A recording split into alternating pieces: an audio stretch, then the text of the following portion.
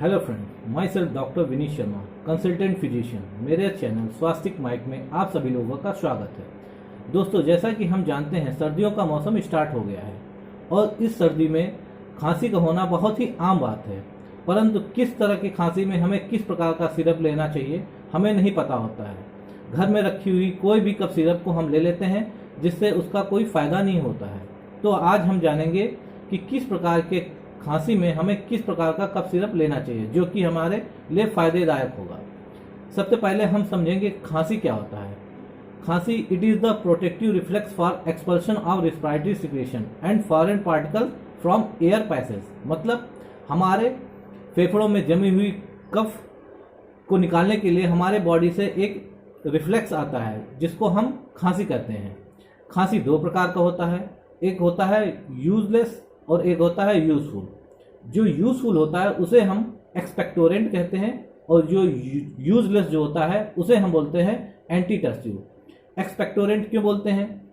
जो खांसी बलगम के साथ आए उसे हम एक्सपेक्टोरेंट बोलते हैं और जो यूजलेस होता है उसे हम एंटीटर्सिव बोलते हैं। ये एक सूखी खांसी होती है और ये लगातार बार बार आती रहती है। तो आज हम समझेंगे किस तरह की खांसी में हमें किस प्रकार का कफ सिरप लेना चाहिए। मेरे पास कुछ सैंपल हैं जिसके द्वारा मैं आपको समझाने की कोशिश करूंगा कि किस तरह की खांसी में हमें किस प्रकार का कफ सिरप लेना चाहिए। सबसे पहले मेरे पास है मेरे पास सबसे पहले आस्थाकाइंड कफ सिरप। ये एक प्रकार का एक्सपेक्टोरेंट है। इसमें देखिए क्या क्या पड़ा हुआ है। एक तो टर्ब्यूटेलिन पड़ा हुआ है, ब्रोमैक्सिन है और गुइफेंसिन है। तो टर्ब्यूटेलिन जो होता है यह एक प्रकार का ब्रोंकोडायलेटर का काम करता है जो कि हमारे ब्रोंकोस को डायलेट कर देता है, जिसकी वजह से हमारे शरीर में जो कफ जमा होता है इजिली निकल पाता है। और ब्रोमैक्सिन जो होता है ये एक प्रकार का म्यूकोलिटिक होता है और गुइफेंसिन जो होता है यह एक प्रकार का ब्रोंकियल सिक्रेशन इनहेंसर होता है। तो ये तीनों मिलके हमारे जो आपका एक्सपेक्टोरेंट होता है, मतलब जो गीली खांसी होती है, उसमें ये बहुत ही यूजफुल होता है।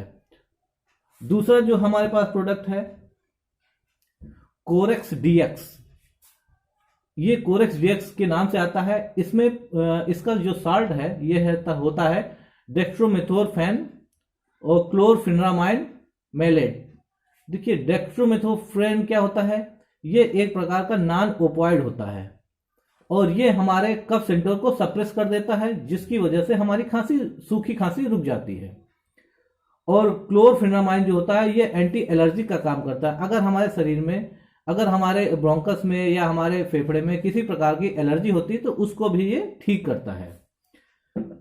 तीसरे प्रकार का है कफ सिरप हमारे पास जिसमें डेक्स्ट्रोमेथोर्फेन भी पड़ा हुआ है, अमोनियम क्लोराइड पड़ा है, ब्रोमेक्सिन पड़ा है। इसका मतलब होता है ये सूखी खांसी और गीली खांसी दोनों में ही काम करता है। देखिए क्या होता है कि जो हमारा एक्सपेक्टोरेंट होता है उसको दो भागों में डिवाइड किया गया है। सबसे पहला होता है ब्रोंकियल सिक्रेशन इनहेंसर, दूसरा जो होता है म्यूकोलिटिक होता है। जो ब्रोंकियल सिक्रेशन इनहेंसर होता है ये हमारे जो कफ होता है उसको बिल्कुल पतला कर देता है और पतला करके हमारे ब्रोंकस से निकालने का काम करता है।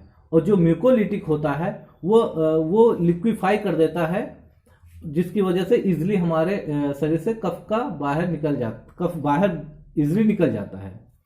एक तीसरे प्रकार का भी कफ सिरप है मेरे पास जिसका नाम है एम्ब्रियोल एल। इसमें लियोसाल्बुटामॉल पड़ा हुआ है, एम्ब्रोक्सोल पड़ा है, गुइफेंसिन पड़ा है। ठीक है। कभी कभी खांसी के साथ हमें सांस लेने में भी दिक्कत होती है और सांस लेने में दिक्कत होने की वजह से हमें बहुत ही घबराहट होती है। इस प्रकार की खांसी में हमें ये लेना चाहिए जिसमें साल्बुटामॉल पड़ा हो। ये इजिली आपके सांस को कंट्रोल करेगी, प्लस आपके सीने में अगर किसी प्रकार का बलगम जमा है उसको बाहर निकालने का काम करेगा।